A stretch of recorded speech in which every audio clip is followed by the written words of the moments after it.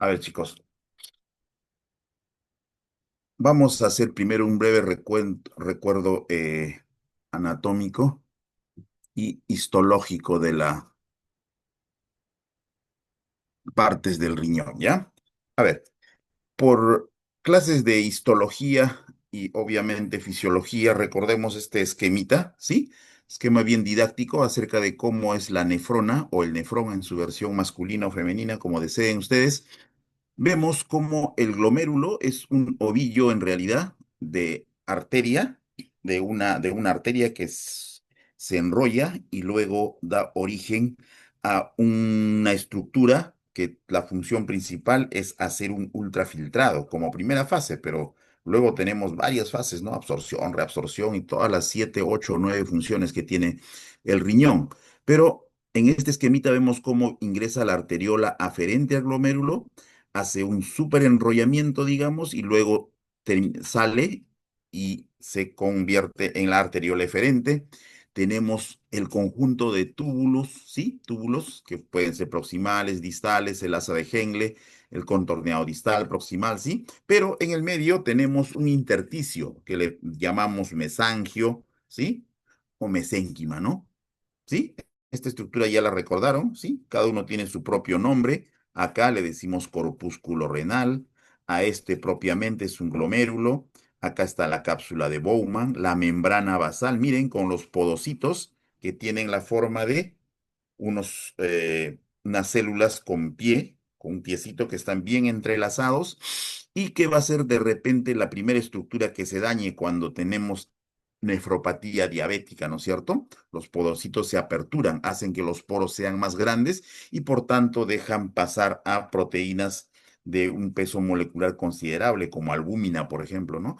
En ese caso estaríamos hablando de una enfermedad glomerular, pero no es el tema de ahora. Ahora queremos ver las enfermedades que se dan a nivel de los túbulos, ¿sí? Por eso el tema es una enfermedades túbulo-intersticiales, o sea, vamos a referirnos un poco acerca de las enfermedades que se originan principalmente en el túbulo y en el intersticio, ¿sí? Es una, es una fotografía de un glomérulo normal, fíjense cómo el glomérulo tiene todas sus estructuras indemnes, la cápsula de Bowman está intacta. Miren cómo los túbulis mantienen su luz, por acá se da el ultrafiltrado que luego va a convertirse en orina. Los túbulis tienen una celularidad que se respeta su arquitectura. Miren, ¿sí? Esto es un glomérulo normal, ¿sí? Miren acá cómo el túbuli se deforma. Miren el glomérulo cómo tiene un numeroso infiltrado linfomonocítico, linfomononuclear. Miren cómo los túbulos contorneados ya pierden su arquitectura y su luz está ocupada, sea por los mismos detritus de las células o tal vez por alguna otra estructura. ¿Sí? Hay una deformidad ya marcada, a diferencia de la lámina anterior en el cual vemos que hay un orden, una cierta estructura que se conserva, ¿no es cierto? ¿Sí? Entonces, este es un ejemplo, por ejemplo, de una fotografía de una nefritis intersticial. Acá miren cómo la flechita nos señala cómo un túbulo ya prácticamente no tiene luz. Ha sido ocupada por el infiltrado linfomonocítico y probablemente algún detritus o alguna célula epitelial que ha ingresado a su luz y está obstruyendo el flujo de ultrafiltrado para formar la orina. Entonces, chicos, a ver, vayamos a definir esto, ¿no? Los túbulos y el intersticio del riñón forman aproximadamente el 80% del volumen renal. Si pudiéramos separar en cada riñón lo que es el glomérulo y lo que es el túbulo y el intersticio, sería 20 a 80. 20% nomás de la masa es el glomérulo, ¿sí? Y 80% es el túbulo y el intersticio. Fíjense que es el mayor porcentaje en volumen del riñón, ¿sí? Entonces, el intersticio está conformado por dos elementos a su vez, las células intersticiales y la matriz o mesangio. Las células intersticiales tenemos dos tipos, la tipo uno y tipo 2. Los tipos uno son los llamados fibroblastos light y el tipo 2 son los monocitos que luego se transforman en macrófagos o células dendríticas, ¿sí? Y luego tenemos la matriz mesangial. que tiene una red fibrillar de colágeno que forma proteoglicano, glicoproteína y fluido intersticial, ¿sí? ¿Se entiende? Entonces, el riñón, si quisiéramos dividirlo en dos partes, sería primero el glomérulo y después sería, la segunda parte sería el intersticio y los túbulos. Los túbulos están fuera del glomérulo, pero el intersticio tiene a su vez dos partes, las células intersticiales tipo uno, tipo 2 y la matriz mesangial, ¿sí? Entonces, esto es solo un recuerdo histológico. Bien, entonces, ¿cuál es la función de la estructura túbulo intersticial a la que nos estamos refiriendo? Es brindar el soporte estructural, darle forma al riñón, ¿sí? Y a su vez, esta misma estructura es un medio de conducción para el transporte de llámese sodio, magnesio, calcio, ¿sí? Y también es un órgano de síntesis para diferentes hormonas, eritropoyetina, algunas prostaglandinas, ¿sí? Entonces vamos a ver que cuando alteramos no solamente el glomérulo o cuando hay una noxa que agrede al mesangio, al túbulo, al intersticio, no solamente vamos a alterar la función que conocemos de riñón de filtración, reabsorción, secreción, ¿no? Sino también vamos a alterar su función hormonal, ¿sí? Acá nuevamente para recordar entonces, y así vamos recordando también parte de nuestra clínica, miren cómo acá cuando a ver, si quisiéramos separar las enfermedades de riñón en enfermedades del glomérulo, se llamarían las glomerulonefritis. Y el tema que nos aboca ahora son las enfermedades tubulointersticiales. Miren cómo ya clínicamente puedo darme cuenta yo si el problema de mi paciente está en qué parte del riñón. Si mi paciente presentara oliguria, presentara hipertensión, hematuria o proteinuria dependiente de albúmina, yo podría aproximarme y decir que la enfermedad de mi paciente que está en el riñón está exactamente en el glomérulo, ¿sí? Pero si mi paciente tuviera poliuria, o sea, una diuresis más de 2000 o de repente más de 1.5 cc kilo hora, como sabemos en introducción a la clínica, ¿no? Que es una poliuria, definir bien la poliuria. O cuando mi paciente tenga isostenuria. ¿Han escuchado ese término? Isostenuria, ¿sí? Isostenuria es el prefijo iso, te dice igual, igual. En este caso es igual densidad. ¿Qué, qué estructura tiene, perdón, qué fluido tendrá más, más densidad, la orina o el plasma? A ver, en el chat, chicos, en el chat, ¿qué creen?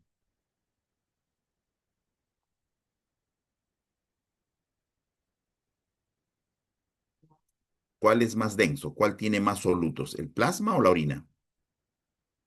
A ver,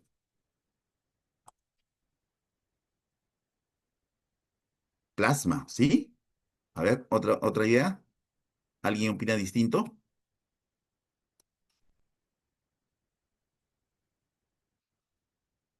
¿Sí? ¿El plasma es más denso? ¿La densidad del plasma es más denso que la densidad de la orina? A ver, si recordamos que la función del riñón es concentración y luego secreción de solutos, sea urea, sea sodio, sea calcio, la densidad de la orina siempre va a ser mucho mayor que la del plasma, siempre va a ser mucho mayor. Entonces, cuando el riñón pierde esa capacidad de secreción, ¿sí? No va a tener capacidad de eliminar solutos, entonces su densidad la densidad de la orina va a ser similar a la del plasma. Eso se llama isostenuria, ¿ya? La densidad de la orina normalmente es de 2013 a 2026. Esa densidad puede ser el primer indicio que el riñón está fallando, no está concentrando, no es capaz de eliminar solutos. A eso se llama isostenuria, ¿sí? Listo. Nicturia, electrolitos, alteración electrolítica y proteinuria tubular, ¿no? Son diferentes tipos de proteinuria, por si acaso. Hay proteinuria dependiente de albúmina, que es la que proviene del glomérulo cuando dejan pasar porque los podocitos se aperturan, o la proteína tubular, que es más dependiente de globulinas, ¿sí? Que son incapaces de reabsorberse porque el túbulo contorneado proximal o el asa de Henle se dañaron y no pueden reabsorber esas globulinas, ¿sí? Son dos diferencias clínicas que debemos recordar. Bien, acá un poquito de teoría entonces. Los riñones, chicos, están expuestos a concentraciones inusualmente elevadas de toxinas. La perfusión, fíjense que es más o menos el 25% del gasto cardíaco. Los solutos, que estábamos haciendo referencia, abandonan la circulación general a través de la filtración a una velocidad de 100 mililitros por minuto. Veamos entonces que el tejido renal está expuesto a altas concentraciones de solutos y toxinas y cuando no, a veces algunos medicamentos, ¿sí? Los tóxicos llevan a una velocidad de 50 veces mayor que los demás tejidos y en concentraciones mucho más elevadas. La concentración de la orina, en la concentración de la orina, las superficies de los túbulis, vamos a bajar esto un poco acá, los túbulis, vean que están expuestas a concentraciones moleculares bien elevadas. Por tanto, este delicado borde en cepillo lo expone a una noxa fácilmente que pueden agredir a las células tubulares, ¿sí? Y hay un mecanismo de flujo contracorriente que aumenta la concentración iónica del líquido a la médula. El riñón, mientras más, menos hidratación tenga, va a haber mayor predisposición a que se dañe por la concentración iónica del líquido intersticial, ¿sí? Cuando hacemos ontogenia y filogenia, que es la parte que llevábamos antes en fisiología, vamos a ver que los animales, según la longitud del asa de Henle, tienen un nivel adaptativo a la falta de agua. Animales que viven en el desierto, por ejemplo, tienen que ahorrar agua, tienen un asa de Henle bien larga. ¿Por qué? Porque es ahí donde se reabsorbe el agua, ¿sí? El agua. Entonces, acá hay que ver que el riñón, como mientras el flujo de contracorriente a nivel de todos los túbulos contorneados, se va a dar este flujo de contracorriente que en parte es para ahorrar o reabsorber agua y también algunos solutos, ¿sí? Mecanismo de transporte tubular incluye la separación de los fármacos de las proteínas. Entonces, esto lo pongo para que vean la nefrotoxicidad a que exponemos a los pacientes cuando damos un fármaco que de repente no está dosificado bien o de repente el paciente que ya tiene falla renal no estamos dándole según su función renal determinado fármaco. ¿Sí? ¿Qué más? Miren este dato, chicos. Los riñones tienen el mayor consumo de oxígeno y glucosa por gramo de tejido. Si hacemos, no es el cerebro, ¿ah? El que mayor consume oxígeno y glucosa por gramo de tejido es el riñón, ¿sí? Y por tanto es vulnerable a las toxinas que afectan el metabolismo energético celular, ¿ya? El gráfico está un poquito borroso, pero acá quiero mostrarles cómo se clasifica las enfermedades túbulo-intersticiales. Poner esto acá abajo, ¿sí? Miren, las causas infecciosas están dentro de una de las primeras causas, infecciones agudas, fármacos, desórdenes inmunes, uropatía obstructiva, nefropatía asociada a reflujo ureteral y después vienen una serie de misceláneas, ¿no? Entre las cuatro causas están las más importantes. A ver, acá, chicos. Ya. Miren, este es un recuerdo también así en forma de gráfico para poder recordarlo. Miren, acá está el glomérulo, el arteriola aferente, y acá empieza el tubo contorneado proximal, ¿sí? Acá inicia el asa de Henle, la rama delgada, y acá inicia la rama gruesa del asa de Henle, y luego el túbulo contorneado distal, y acá inicia el túbulo colector, ¿sí? Esto sí lo recordamos, inclusive el tubo colector podemos definir dos partes. Uno es la parte cortical y otro es la parte medular, ¿sí? Entonces, en función a esto, vamos a ver las patologías, así en forma gráfica. Miren, la patología del tubo contorneado proximal podemos definir usando estos modelos. Por ejemplo, ¿qué ocurre en el mieloma múltiple? El mieloma atraviesa una serie de proteínas, atraviesan la cápsula porque se daña el glomérulo y empiezan a filtrar una serie de proteínas, puede ser albúmina o puede ser globulinas, y para que lo entiendan, tapizan todo el túbulo contorneado proximal. Por tanto, no va a haber el mecanismo de reabsorción, que es donde se da principalmente la absorción de toda la mayoría de solutos. Sodio, potasio, glucosa se reabsorbe acá, ¿sí? Entonces, el mieloma daña, tapiza todo ese tubo contorneado distal y el paciente va a empezar a perder glucosa, aminoácidos, fósforo, bicarbonato, ¿no? Entonces, va a tener todas las urias, glucosuria, aminoaciduria, fosfaturia, bicarbonaturia. Por eso ponemos acá, para que lo recuerden, toduria toduria, o sea, todo se va a eliminar en la orina, ¿sí? Y también otro modelo acá es el síndrome de Fanconi, que es una enfermedad genética en el cual aparece la proteína Ben-Jones, que es la que tapiza igual, y semejante al mieloma, ¿no? Y impide la reabsorción de solutos que tiene que darse acá. Es el ejemplo típico de un daño del túbulo proximal. Otro tipo sería la acidosis tubular tipo 2 e inhibidores y el uso de fármacos de anhidrasa carbónica, ¿no? Esta alteración ¿qué vamos a ver en el AGA? Cuando en ingresé estaban hablando acerca de la gasometría, ¿no? El daño típico que se va a encontrar, la alteración ácido básica, es la acidosis metabólica hipocalémica, ¿sí? Ese es el modelo que vamos a tener cuando tenemos una patología del túbulo proximal. A nivel del asa de Henle, miren, se altera el daño del mecanismo de contracorriente, ¿sí? Se altera la reabsorción de sodio, potasio y cloro y por tanto también se altera la reabsorción de el magnesio. El magnesio se pierde, el paciente también tiene la pérdida de potasio. Por tanto, un ejemplo típico es otra enfermedad genética, el síndrome de Bartter, o va a ocurrir más o menos lo mismo cuando usamos un diurético de asa, por ejemplo la furosemida. ¿Qué vamos a encontrar? El paciente va a estar hipovolémico, no va a reabsorber agua, va a perderse el potasio, va a tener hipomagnesemia, va a tener hipercalciuria, ¿sí? Va a eliminar bastante calcio y va a precipitar, eso va a dar hipercalciuria y por tanto va a haber predisposición a formar litos, cálculos, ¿sí? Y en el AGA, ¿qué vamos a ver? Una alcalosis hipocalémica. Más de lo mismo, el asa de Henle, ¿sí? Se altera el mecanismo de contracorriente, no se reabsorbe cloruro de sodio, el magnesio tampoco, ¿sí? El paciente va a estar hipotenso con alcalosis y va a haber más concentración de los solutos dentro del asa de Henle y eso se va a eliminar en la orina, ¿no? Tenemos acá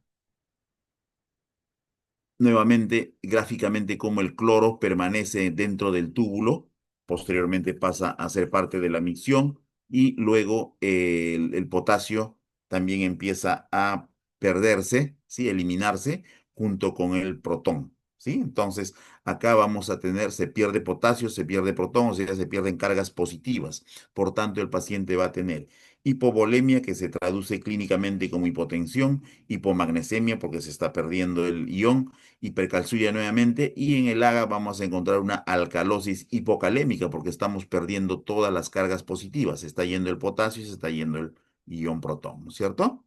¿Sí? A ver, en el túbulo distal, el ejemplo típico también es otra enfermedad genética, el síndrome de Gitelman, o también se puede dar daño al túbulo distal cuando usamos diuréticos tiacídicos, ¿sí? Igual va a haber pérdida de volumen, que se traduce por hipotensión. Hipocalciuria, acá hay hipocalciuria, o sea, el calcio no se pierde, el calcio sí se reabsorbe, porque es túbulo distal, ¿sí? Y en el AGA vamos a encontrar una alcalosis hipocalémica en el túbulo colector cortical, ¿sí? En el cortical. Ahí tenemos el ejemplo típico, el síndrome de Liddle, ¿sí? Acá es lo opuesto. Acá el paciente, como está dañado el túbulo colector, ¿sí? Va a haber una reabsorción de sodio, sodio, protones y también perdón, sodio, protones y el potasio si no se va a reabsorber, va a perderse. También lo tenemos el ejemplo cuando actúa, se obstruye, se altera el mecanismo de acción de la aldosterona. Por tanto, el paciente con síndrome de Liddle va a tener aumento de volumen, porque donde va el sodio, va el agua. Si el paciente reabsorbe mucho sodio, va a reabsorber también agua. Entonces va a estar hipervolémico el paciente y eso se va a manifestar como una hipertensión, ¿sí? Y una alcalosis hipocalémica, porque el potasio no se va a resolver, se va a perder. Otros ejemplos tenemos la acidosis tubular tipo 1, acidosis hipocalémica, o la acidosis tubular tipo 4, acidosis hipercalémica. Esto dependiendo cómo esté el efecto de la aldosterona, ¿no? Y el otro ejemplo que tenemos acá para ver una patología del tubo colector cortical es cuando usamos diuréticos ahorradores de potasio, ¿sí? Ahorradores de potasio. Puede haber hipotensión, acidosis hipercalémica, ¿no? El ejemplo típico de ahorro de potasio sería la espironolactona, por ejemplo, ¿no? ¿Sí? Avancemos en el túbulo colector medular, tendemos el ejemplo típico acá, chicos, es si han escuchado de esta patología, el CIJAT, ¿sí? El CIJAT, que es la secreción inadecuada de ADH.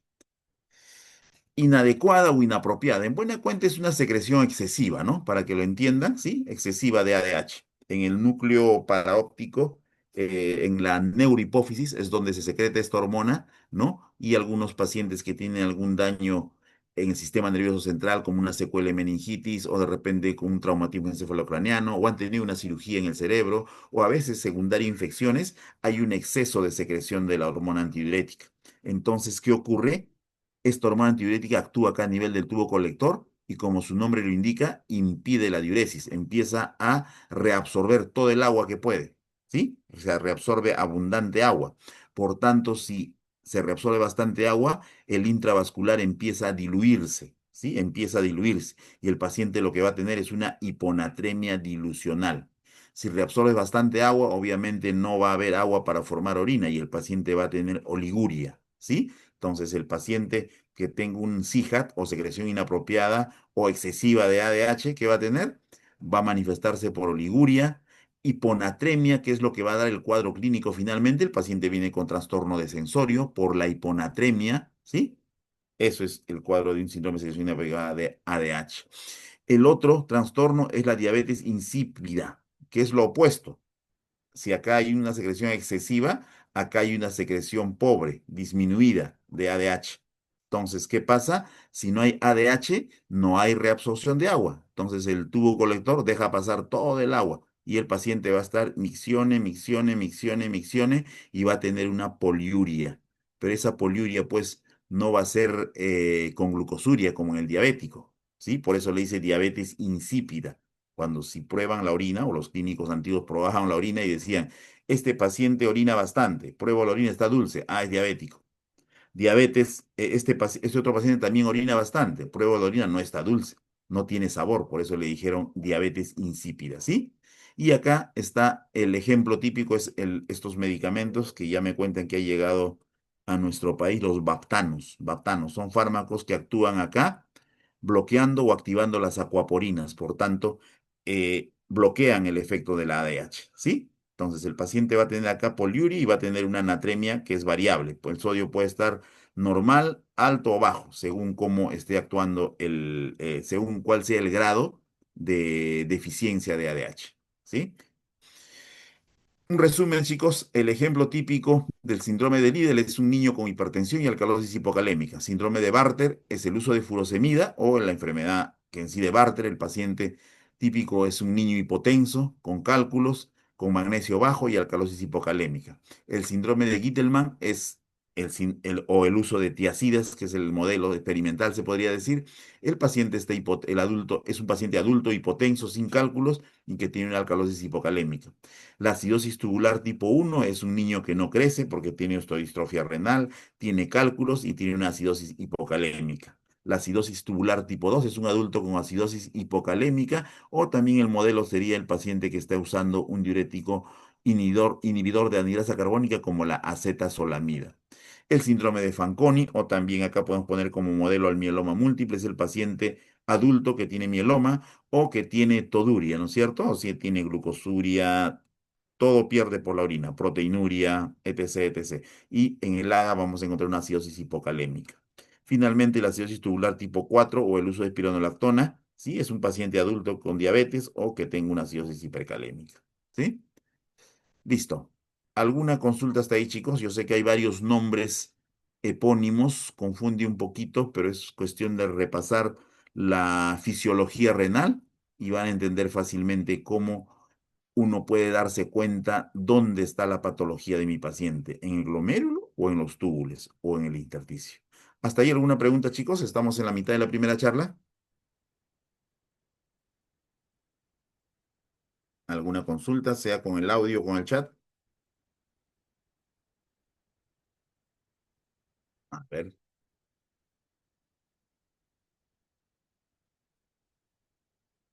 Ajá, sí, exacto. Es en la orina, ¿no es cierto? Donde tenemos más concentración. Muy bien, no hay preguntas. Entonces, chicos, a ver, continuemos. El modelo típico de una lesión de los túbulis es la necrosis tubular aguda. Aquí he puesto bastante teorías como teoría para que lo revisen, chicos. Pero acá, ¿qué es la necrosis tubular aguda? En buena cuenta, es una lesión renal que se produce por un daño agudo de las células tubulares. Por tanto, hay una alteración en su función. La causa más frecuente es el paciente que hace hipotensión. Por ejemplo, un paciente que tenga un accidente y haya un sangrado excesivo, o sea, que esté llegando a un shock hipovolémico, que hipoperfunda el riñón, ¿sí? Sostenidamente me refiero, ¿no? Accidente de tránsito, un traumatismo abdominal cerrado, o un paciente con una hemorragia digestiva de repente varicial que llegue hipotenso, chocado. Esa falta de volumen de perfusión en el riñón es lo que produce en el paciente esta hipoxia, ¿no? Dijimos que las células del riñón son bien sensibles a la hipoxia o a la hipoperfusión. Entonces, esa hipotensión sostenida o un shock séptico pueden conllevar a que este paciente haga una necrosis tubular aguda, ¿sí? Otro ejemplo sería el paciente que viene séptico, o mejor dicho, en un shock séptico, porque la sepsis también cuando es bien marcada o severa, ya el paciente es hipotensa y el mecanismo sería igual, hipoperfusión, ¿sí? Hipoperfusión renal. Y otra etiología sería un fármaco nefrotóxico, por ejemplo, uso a una dosis inadecuada un aminoglucósido, que es bien nefrotóxico. Amicacina, a veces damos 5 o 7 días. Lo ideal es darlo 3 a 5 días si es un paciente joven, porque tiene efecto posrenal, efecto antibiótico posrenal efecto posantibiótico, perdón. Yo dosifico 5 días en mi paciente y ese antibiótico va a seguir circulando, va a actuar 7 a 10 días. No necesito darle 7 días, ¿sí? Entonces, otro ejemplo sería el mismo antibiótico, pero que le doy a un paciente de repente anciano que tiene una función renal disminuida. Entonces, el ejemplo es producir nefrotoxicidad. Eso también genera una necrosis tubular aguda, ¿ya? ¿Qué más? El cuadro es asintomático a menos que produzca insuficiencia renal, porque el riñón, si bien es cierto, puede trabajar con un porcentaje pequeño de su masa glomerular, ¿sí? También es cierto que cuando ya empieza a fallar, la clínica es muy marcada, ¿no? Pero cuando esté el daño bien avanzado, por eso dice el cuadro es asintomático, a menos que cause falla renal. En la siguiente clase he puesto fotitos de los modelos de laboratorio en el cual vamos a entender muy bien esto, cómo el riñón que trabajando al 50% no nos da cuadro clínico. El paciente no hace, podría no hacer uremia, podría no tener síntomas, podría estar miccionando bien, ¿sí? El volumen urinario, pero de repente no está concentrando, ¿sí? Hay un gráfico bonito para entender esto en la siguiente clase, ¿ya? El diagnóstico se sospecha cuando hay azoemia después de un cuadro de hipotensión. O sea, mi paciente que viene sangrando de repente, lo compenso, le hago el manejo de shock trauma, repongo volumen, mejoro su presión, su hemoglobina que está en 4 lo corrijo a 12. Está saliendo, está yendo bien, pero de pronto al cuarto, o quinto día veo que empieza a hacer azoemia, la creatinina y la urea empieza a elevarse. Ahí tengo que sospechar una necrosis tubular aguda. Decir, el paciente está hipotenso de repente varias horas o de repente 24 horas y eso ha hecho hipoperfusión y el riñón se ha dañado. Entonces, ahorita los túbulos están necrosando, por eso ahora me está haciendo azoemia. ¿Sí? Listo. El tratamiento es sintomático, ¿ya? Acá, miren, ve. Esta es una fotografía nuevamente. Miren cómo los túbulis están ocupados su luz, ¿sí? Con detritus intraluminales. Acá hay un túbulo que ha perdido miren, ha perdido su arquitectura, sus células epiteliales prácticamente se han desprendido, ¿sí? No es un túbulo que mantiene su luz, ¿no es cierto? ¿Ven? Están infiltrados todos con detritus, con descamaciones que están ocupando su luz, ¿sí? Sí notan, ¿verdad? A ver, regresamos un poquito a la foto que está donde vemos un glomérulo normal. Así es que debe verse un glomérulo normal, miren. Este es un glomérulo normal, ¿ven? Como el tubo contorneado, este parece que es un proximal, como sus células están con núcleos redondeados, tapizan bien el perímetro del túbulo y la luz está permeable, ¿sí? En cambio acá no, pues ha perdido toda su arquitectura y con luz ocupada, inclusive muchos túbulos ya no tienen epitelio, si se dan cuenta, ¿sí? Listo. A ver, entonces, causas frecuentes de necrosis tubular aguda, ya lo dijimos, ¿no? Hipoperfusión renal, el ejemplo típico es un paciente que llega con un shock hipovolémico, o de repente un paciente con shock séptico, nefrotoxinas, cirugías mayor, quemaduras de tercer grado, algún pigmento, así se llama la patología, chicos, ¿ya? Nefropatía por pigmentos. ¿Qué pigmentos? Puede ser mioglobina, el paciente que de repente tiene una atricción, de repente cae de un segundo piso, tiene contusiones múltiples y lesiona mucho tejido muscular, paciente que sufrió una atricción de miembro inferior de repente un accidente laboral. el paciente que está con una bilirrubina muy elevada, en el contexto de una ictericia obstructiva, ¿sí? O el paciente que hace rabdomiolisis, sea por uso de cocaína, por ejemplo, o uso de algún antipsicótico. Estos pigmentos, mioglobina, hemoglobina, y también no lo he puesto acá, pero también está la bilirrubina, pueden lesionar a los túbulos, ¿sí? Por eso se llama así, nefropatía por pigmentos, ¿sí?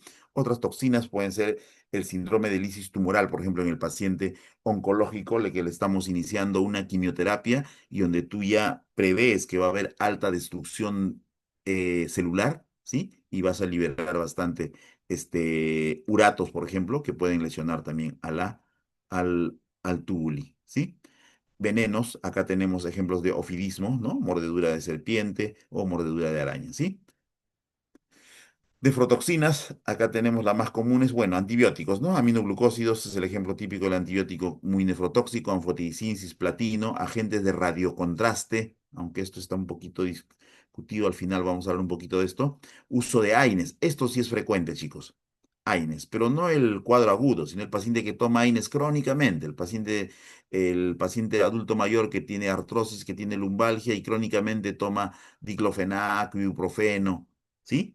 El uso por periodo prolongado y a dosis altas puede conllevar una necrosis tubular aguda. Uso de AINES, ¿sí? Colistina, que es un antibiótico de tercera línea, ¿sí? Vancomicina también, sobre todo cuando no se usa, no se ha hidratado bien al paciente o lo hemos dado en un corto periodo de tiempo. La vancomicina siempre debemos infundirla en 2 a 3 horas y así hay que decirle a la enfermera, si no produce nefrotoxicidad, ¿ya?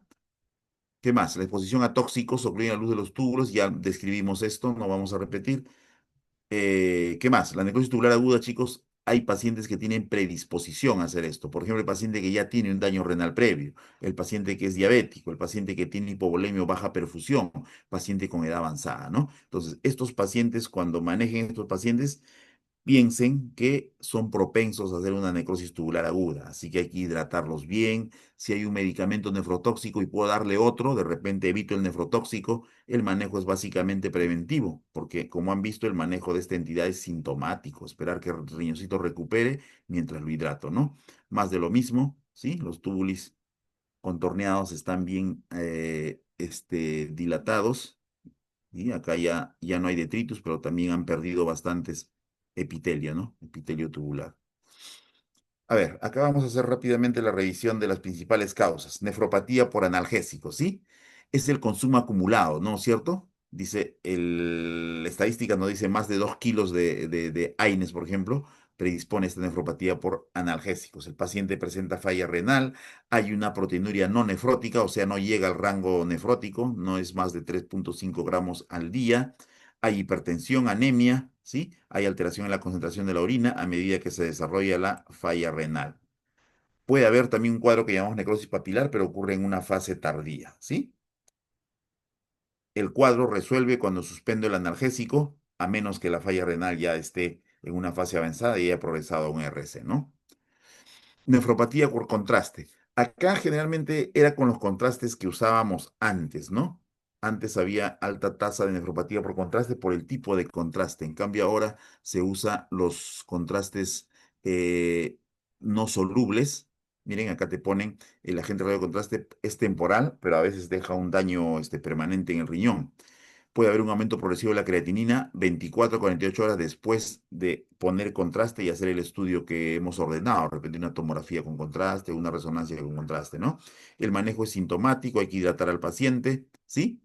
Prevenimos cómo, evitamos la administración siempre que sea posible. Pacientes con factores de riesgo, usar los agentes no iónicos, ¿no? Son los que actualmente estamos usando y son menos nefrotóxicos que los anteriores. Elegir bien el estudio, chicos. No siempre se pone contraste en cada estudio. Por ejemplo, si yo quiero ver un cálculo, no tiene sentido que pida una urotomografía con contraste. Esa tomografía es sin contraste. Total, el cálculo es radiolúcido, ¿no es cierto? No tiene sentido usar contraste ahí. Si yo quiero ver, hago una tomografía en abdomen para ver cómo están las austras o quiero ver la pared del intestino, del colon, si está engrosada o no, o de repente ver un cuadro obstructivo netamente, no necesitaría ponerle contraste. Pongo contraste cuando estoy buscando yo imágenes metastásicas, estoy buscando una neoplasia, ahí uso contraste. Entonces, muchas veces la indicación de contraste no está muy clara y lo que estamos haciendo es nefrotoxicidad, ¿sí?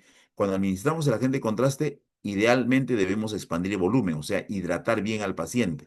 6 o 12 horas antes del contraste y luego del procedimiento también hidratamos al paciente. Es la mejor forma de prevenir esta nefropatía por contraste, ¿ya? ¿Qué más? Nefropatía por metales pesados. En muchas partes de nuestro país todavía se practica una minería no muy, digamos, no muy responsable, entonces se expone a los pobladores a diferentes metales pesados. Y acá tenemos como ejemplo plomo, cadmio, cobre, o por ejemplo en el área donde laboro yo, que es el Hospital Carrión, hay reservorios contenedores de plomo, por ejemplo, ¿no? Que luego van a ser embarcados en el puerto, ¿no es cierto? Hay reservorios de plomo, entonces eso intoxica a los niños, sobre todo al personal a las personas que viven por ahí. Entonces se describe la nefropatía por plomo, ¿sí? Hay dos tipos acá, la exposición al plomo a corto plazo y la exposición crónica, ¿sí? Que generalmente es más de 5 a 30 años. ¿Cómo lo podemos ver esto? ¿Cómo podemos ver el paciente expuesto a plomo y te hace falla renal, ¿no? Paciente de edad mediana, 20, 30 años, tiene nefropatía, pero no sabemos la causa, no es diabético, no es hipertenso. Y hacemos la historia adecuadamente y vemos que está expuesto al plomo y entonces a veces podemos llegar inclusive a la biopsia renal en la cual se reporta la atrofia tubular progresiva, fibrosis intersticial, ¿sí? Hipertensión, puede haber cuadro de gota también y nos aproximamos al diagnóstico, ¿no? Lamentablemente el daño es irreversible cuando es un metal pesado el que está provocando la nefropatía, ¿sí? Hay que dosar el plomo en sangre, ¿sí? Nefropatía por cadmio. El cadmio sí es un metal que está en las aguas o alimentos o el tabaco que están contaminados. También puede ser parte de una exposición ocupacional, ¿sí? Causa nefropatía. ¿Qué más? Alguna glomerulopatía también puede asociarse a este tipo de nefropatía, ¿sí? Entonces vamos a eh, tener en cuenta también este cuadro, ¿ya? ¿Qué más? A ver, un ratito acá. Ya, listo. Puede el paciente cursar con aminoaciduria o puede cursar con glucosuria, ¿no? Nefropatía por metales pesados. Otros ejemplos tenemos cobre, oro, uranio, arsénico, hierro, mercurio, bismuto. En realidad todos los metales pesados son plausibles de producir nefropatía, ¿ya? El cuadro es básicamente proteinuria tubular, aminoaciduria, necrosis tubular. Tratamiento incluye, obviamente, retirar de la exposición al paciente, así como se puede usar el quelante, ¿no? Si identificamos qué metales, puede usarse el quelante y la diálisis, obviamente, ¿no? Cuando si el daño ya es muy avanzado. La nefropatía por uratos. Esto, chicos, es frecuente en los pacientes, por ejemplo, que tengan el ácido úrico elevado, sea porque tengan una enfermedad metabólica como la gota o como ya adelanté en el síndrome de lisis tumoral, en el cual el paciente que va a iniciar quimioterapia en el contexto de repente de una leucemia o el paciente que va a iniciar una quimioterapia por un linfoma, hay alta destrucción, hay alta citotoxicidad, lisis celular y muchas células que están siendo lisadas van a liberar abundante ácido úrico que va a dañar al túbulo renal. Por eso los oncólogos tienen todo un protocolo para iniciar quimioterapia. El paciente se somete a una hiperhidratación, ¿sí? Se sobrehidrata al paciente para poder prevenir esto, ¿ya? Listo. Entonces acá, hiperproducción y hipercreación de uratos honrados. Típicamente no hay síntomas, ¿no? Diagnóstico se sospecha cuando la lesión tubular en pacientes con hipoglucemia marcada, o sea, que tienen un ácido úrico mayor de 15 en el examen de sangre. ¿Qué más? El pronóstico en este caso es excelente si es que lo identificamos, iniciamos tratamiento rápidamente, o sea, básicamente lo hidratamos al paciente, ¿sí? Pacientes con falla cardíaca o renal, el tratamiento es con alopurinol, ¿no es cierto? Hay que dar el uricosúrico, así se llama el alopurinol, es un medicamento que induce eliminación de ácido úrico y podemos ayudar al paciente a que recupere de esta entidad, ¿sí? ¿Qué más? Control estrecho para prevenir anafilaxia y hemólisis en el manejo de estos cuadros y obviamente la diálisis siempre está expectante para eliminar el exceso de uratos en la circulación general de estos pacientitos. Muy bien, también se recomienda alcalinización con una infusión de bicarbonato de sodio, aunque ya no es recomendable porque se ve que disminuye la solubilidad del urato y al contrario, precipita y podría ser más dañino. Básicamente es hidratación. Antiguamente se recomendaba la alcalinización con bicarbonato de la orina. Prevención en pacientes con alto riesgo, ya les mencionaba algo, síndrome de lisis tumoral, hidratación y uso de halopurinol preventivamente, ¿sí? La hipercalcemia es otra entidad también que en el paciente, por ejemplo, que tiene un cáncer metastásico a huesos, puede elevar el calcio o de repente un hiperparatiroidismo secundario puede dar esta hipercalcemia. Y el calcio en el túbulo sí es bien lesivo, ¿sí? Generalmente cuando está más de 2 el calcio sérico puede conllevar a esta falla renal, porque además induce vasoconstricción. Recuerden que el calcio es un cofactor para la vasoconstricción, entonces puede dar mayor depresión y esto puede inducir también natriuresis, ¿sí? El manejo acá es obviamente manejar la hipercalcemia, ¿no? Hipopotasemia crónica es otra entidad que puede dar también el daño tubular, ¿sí? Hay que prevenirlo sobre todo en el paciente con falla renal crónica establecida, ¿sí? Y generalmente a veces puede hacerse la biopsia para ver los cambios inflamatorios crónicos, la fibrosis, ¿no? El tratamiento es corregir el trastorno de base y suplementación oral con potasio, ¿ya? La nefropatía del mieloma, en realidad, lo he puesto al mieloma porque es un ejemplo de la entidad en el cual, chicos, se daña no solamente el glomérulo, sino también el intersticio por la globulina que pasa, atraviesa la cápsula de Bowman y se aloja en el tubo contorneado proximal y se parece a un síndrome de Fanconi caracterizado por lo que llamamos la toduria, ¿no? Toduria porque el paciente elimina todo, ¿no? Glucosa, sodio, todo, todo elimina en la orina, ¿ya? Listo. Riñón del mieloma, nefropatía por cilindros, síndrome adquirido que ya les mencioné. La glomerulopatía en mieloma no es parte del cuadro, pero igual les menciono que puede haber depósito de cadenas ligeras y cadenas pesadas, aunque es un poquito raro, sería el mieloma no secretor en todo caso. Esta es una parte de la glomerulopatía, estamos hablando de nefropatía por, perdón, enfermedades tubulointersticiales. ¿Sí? Listo. A ver, qué más acá? ¿Alguna pregunta hasta ahí, chicos? Ya estamos terminando esta parte. ¿Alguna consulta?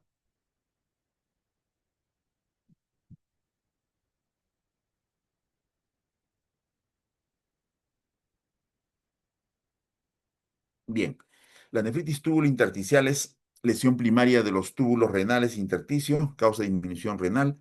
La forma más aguda se ve en reacciones alérgicas, como ya les mencionaba, ¿sí? La historia clínica básicamente sí nos ayuda en los antecedentes y el análisis de orina y usualmente se confirma con una biopsia, aunque a veces solo el diagnóstico es clínico, ¿sí? Están las formas agudas y las formas crónicas, ahí las he mencionado, ¿sí? El cuadro clínico es caracterizado por una falla renal aguda, puede haber artralgias, fiebre, exantema cutáneo, microhematuria y hematuria, podemos encontrarlo en el examen de orina, ¿sí? Las nefritis agudas, hay infiltrado inflamatorio y edema que afectan el intersticio renal. Más del 95% de casos hay una infección o una reacción alérgica a un medicamento, ¿sí? También está el síndrome oculorenal, acuérdense de este síndrome en el cual el paciente tiene nefritis, uveitis, que generalmente tiene una etiología idiopática, ¿sí? Nefritis intersticial aguda, tenemos etiología bacteriana, ahí están los principales agentes, etiología viral, parásitos y otros misceláneas como algunas bacterias atípicas, ¿sí? La parte crónica, hay infiltración y fibrosis graduales, atrofia tubular y deterioro gradual. El compromiso glomerular concurrente, o sea, puede comprometer no solo al túbulo, sino también al glomérulo, es mucho más común en la nefritis tubulointersticial y que podría conllevar a la terapia de reemplazo renal o diálisis, ¿sí? Algunas formas de nefritis crónica incluyen la nefropatía por analgésicos, AINES como primera causa, algunas causas metabólicas y algunas causas por metales pesados, ¿sí? Esta es la etiología de las causas crónicas. Volvemos a lo mismo, fármacos tóxicos, alteraciones metabólicas, algunas enfermedades inmunológicas, ¿sí? El reflujo vesiculolateral o nefropatía por reflujo. Esto es propio de un paciente que tenga, por ejemplo, una vejiga neurogénica, el contexto de un diabético, o algún paciente que tenga una causa anatómica que obstruya la vía urinaria, por ejemplo, un paciente con hipertrofia benigna de próstata grado 4, o de repente un paciente con una neoplasia de próstata o una neoplasia de la vía urinaria, ¿sí? Acá hay que ver deberíamos administrar antibióticos profilácticamente y si es grave el tratamiento quirúrgico para resolver el cuadro obstructivo, ¿sí? Consideramos la posibilidad de nefropatía por reflujo en niños menores de 5 años cuando hay valvas uretrales o algún problema congénito de la vía urinaria, ¿sí? Cuando lo sospechamos, hagamos un examen de imágenes, ecografía, y si es anormal, consideramos la relación de una cisto-uretrografía misional. El tratamiento antibiótico profiláctico, y si es grave, el manejo quirúrgico podría resolver el problema. Listo, chicos, es lo que les había preparado para esta charla. No sé si tienen alguna pregunta, sea con el micro o de repente en el chat, como gusten. ¿Alguna pregunta, algo que no está claro, chicos?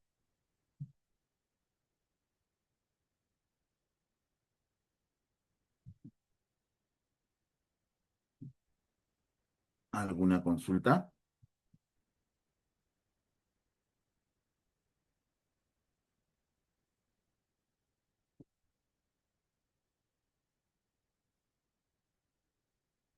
¿Todo ok? Correcto. ¿Quién está moderando? ¿Seguimos con el siguiente tema o espera o desean un break de 5 minutos? Sí, doctor, estaría bien un break de Cinco unos minutos. minutitos, ¿ya? Cinco Sí. minutitos, sigamos con el siguiente tema, ¿ya? Muy bien.